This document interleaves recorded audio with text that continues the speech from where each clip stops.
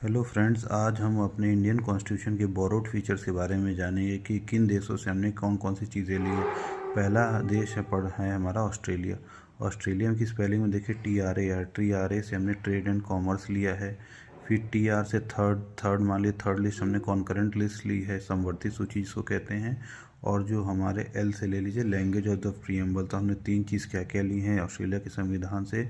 सबसे पहले हमने TRA मतलब ट्रेड एंड कॉमर्स लिया है, लैंग्वेज ऑफ द प्रीएम्बल लिया है, और हमने लिया है थर्ड लिस्ट या कॉन्करेंट लिस्ट लिया, और जॉइंट सिटिंग। मतलब ऑस्ट्रेलिया साहब माने जो चीज़ें मतलब समन्वय स्थापित करने वाली चीज़ें हैं, जैसे concurrent list, joint sitting, language of preamble, मतलब जो उस तरह की चीज़ें हमने ऑस्ट्रेलिया से। फ्रांस से हमने के लिए फ्रेटर्निटी, इक्वलिटी एंड लिबर्टी, मतलब भाईचारा, बंधुत्व और समता के जो सिद्धांत हैं हमने फ्रांस से लिए, जो कि फ्रांसीसी क्रांति थी में।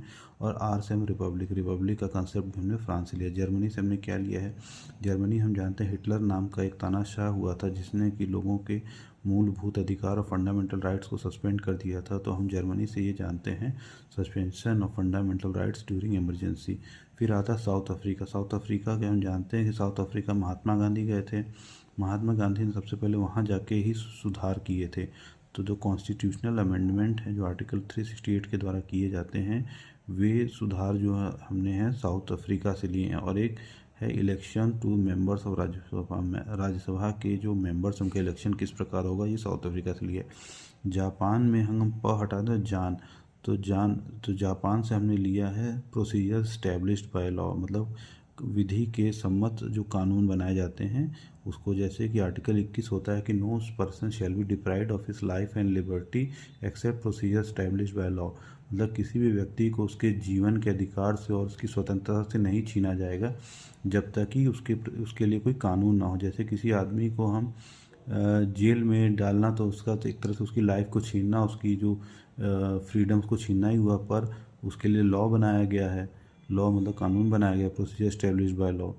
तो अगर मतलब प्रोसीजर स्टेब्लिश बाय लॉ हमारी जान से संबंध आता है, लाइफ मतलब लाइफ से रिलेटेड है। तो लाइफ से रिलेटेड कब आएगा, हमारे संकट कब आएगा, जब हम प्रोसीजर स्टेब्लिश बाय लॉ के विपरीत जाएंगे। तो जापान से प्रोसीजर स्टेब्लिश बाय लॉ। और रशिया से हमारा आता फंडामेंटल ड्यूटीज। रशिया को आप जानते ही हैं कि एक कम्युनिस्ट देश है, सोशलिस्ट देश है। तो वहाँ पे नागरिकों को अधिकार दिए जाते हैं, तो नागरिकों की ड्यूटी भी फिक्स की जाती है।